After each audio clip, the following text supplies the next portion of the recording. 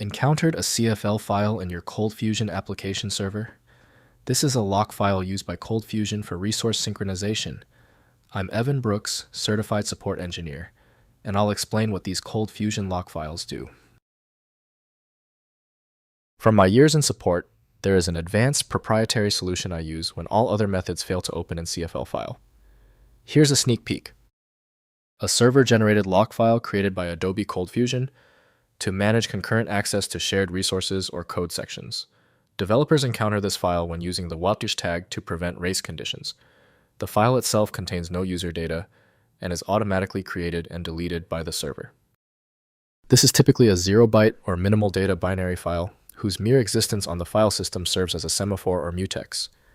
The operating system's atomic file creation and deletion operations are leveraged by the ColdFusion server to ensure that only one process or thread can hold the lock at any given time.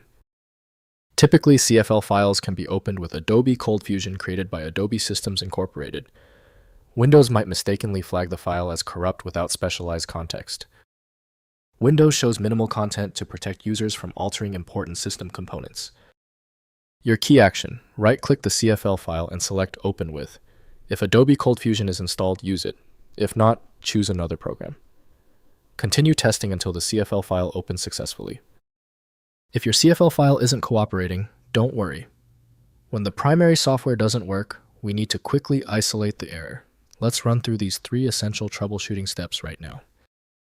First, letting ColdFusion manage. CFL files are managed automatically by ColdFusion server and require no user interaction. The server creates and removes lock files as part of normal request processing. Avoid manually modifying or deleting CFL files in active ColdFusion installations, as this can cause resource conflicts or application errors. Next, cleaning up stale locks. If ColdFusion crashes, leaving stale CFL lock files preventing application restart, shut down ColdFusion completely. Then remove orphaned CFL files from application directories.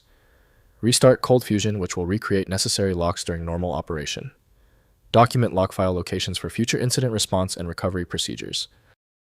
Finally, monitoring through ColdFusion Administrator. Use ColdFusion Administrator to monitor server status, including resource locks and active requests.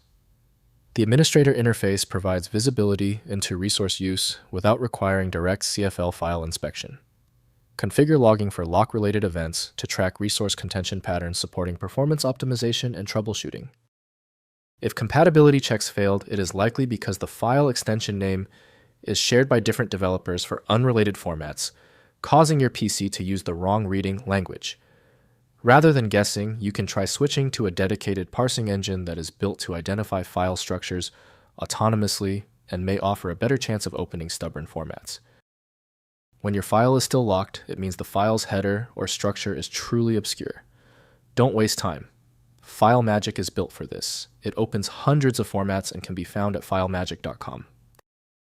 Don't forget to like this video and tap the subscribe button for instant access to future solutions.